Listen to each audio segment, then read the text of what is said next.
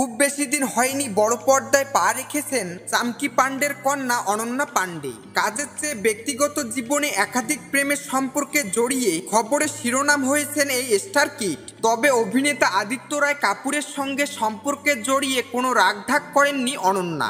একসঙ্গে ছুটি কাটাতে বিদেশেও উড়ে গিয়েছেন এই যুগল। এবার গুঞ্জন উঠছে ভেঙে গেছে অনন্যা আদিত্যর প্রেম। তাদের ঘনিষ্ঠ এক বন্ধু গণমাধ্যম বম্বে টাইমসকে জানান, 1 মাস আগে আদিত্য অনন্যা তাদের সম্পর্কের ইতি টেনেছেন। ব্রেকআপ হলেও তাদের দুজনের মধ্যে রয়েছে বন্ধুত্বপূর্ণ সম্পর্ক।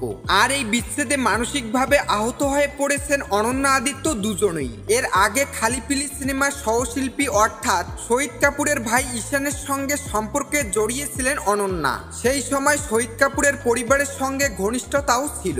ঈশানকে নিয়েও মালদ্বীপে ছুটি কাটিয়েছেন অনন্যা। এরপর ঈশানের সঙ্গে বিচ্ছেদের পর আদিত্যর সঙ্গে সম্পর্কে জড়ান অভিনেত্রী। এই জুটি দীর্ঘ 2 বছর সম্পর্কে ছিলেন, যদিও বিচ্ছেদের বিষয়ে এখনো মুখ খোলেননি দুজনের কেউই। 2019 সালে স্টুডেন্ট অব দ্য ইয়ার সিনেমার মাধ্যমে বলিউডে পা রাখেন অনন্যা পান্ডে। তারপর বেশ কিছু সিনেমায় দেখা গেছে তাকে। অনন্যা পান্ডে অভিনীত সর্বশেষ মুক্তিপ্রাপ্ত সিনেমা খো গায়ে হাম কাহা। 2023 সালে এই সিনেমায় অভিনয় করে দারুণ প্রশংসা কুড়িয়েছেন এই অভিনেত্রী।